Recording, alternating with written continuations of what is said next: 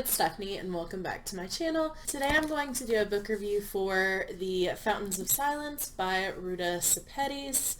This is a brand new release. I believe it came out in October. And this is set in 1950 Spain during the regime of General Francisco Franco, and it was a fascist regime.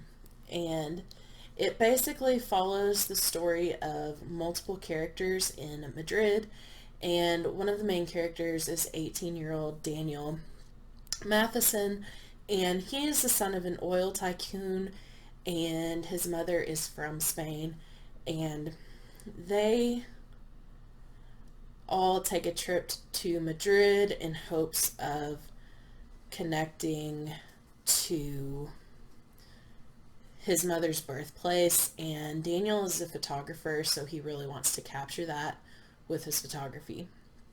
And it also introduces him to this girl, Anna, who works at the hotel where they are staying, and she has family that was affected by the Spanish Civil War, and so through a series of events, Anna and Daniel meet, and the story progresses from there.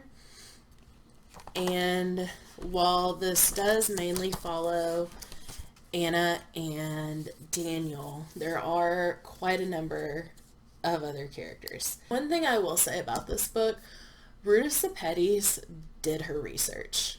In the back of the book, she does list her source material, and she also has a glossary of common phrases so that you can follow along or to help you remember. And every book I've read by her has been very well researched and is very authentic. And I'm not a big historical fiction person, but this is the second book I've read by her that I have absolutely loved. So she's definitely one of my favorite authors. And another thing I did appreciate about this book is that it's focused on a time and a setting that we didn't really focus on in school. Normally in school, when we do world history or even American history, we tend to end probably around the Great Depression or maybe a little bit beyond that, just because you don't have enough time. So I knew nothing about the Spanish Civil War or the after effects or even who General Franco was. So this was very educational for me. And I loved that there were multiple points of view because it allowed you to see different aspects of daily life and the effects of the Civil War on everyday Spaniards. And in this book, it was very dialogue heavy, but it didn't bother me, and there wasn't a lot of overly flowery language, but it was still very beautifully written. And I also appreciated that this covered a lot of heavy or hard-hitting topics, and while I didn't cry like I did in Salt to the Sea, it did affect me. Like, I could really feel the characters' pain or their turmoil because they're caught in a sort of gray situation where no matter what choice they make, it's going to affect somebody. And there is kind of a mystery aspect to this book because Anna has a big secret that we're trying to figure out, and it's commonly referred to, but you have to wait a little bit to figure out what happened. And so basically you're kind of figuring out what happened to these characters before the book started, and then kind of how they're all connected and how it's going to end, which, by the way, I did not predict the ending. It was very, very good. And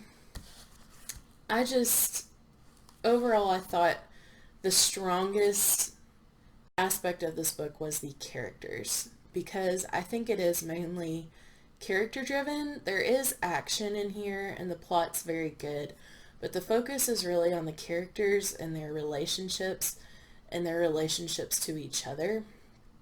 And I absolutely adored that.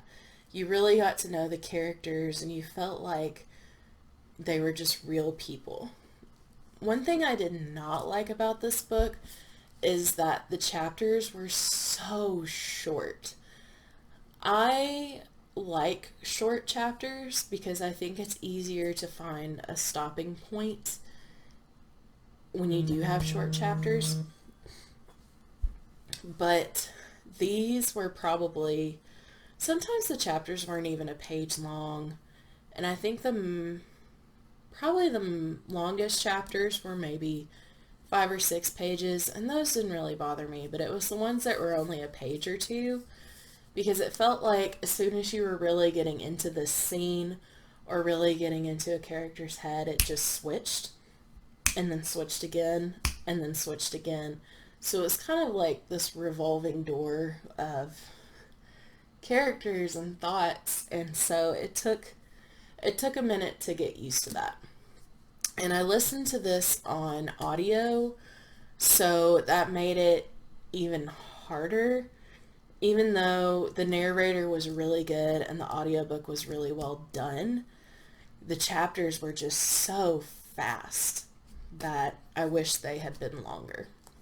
Honestly, that was the only thing I really did not like about this book. I highly recommend it. Like I said, I don't really read historical fiction, but I absolutely adored this. I gave it 4 out of 5 stars, and you should definitely go check this out. Like I said, I did listen to it on audio. I listened to it through Scribd. So if you want 2 free months of Scribd, I'm going to leave my link down below. And if you use that link, I also get a month free. So we both benefit. But definitely check this out. The gorgeous cover, very educational, very well researched, beautiful character development. Highly recommend.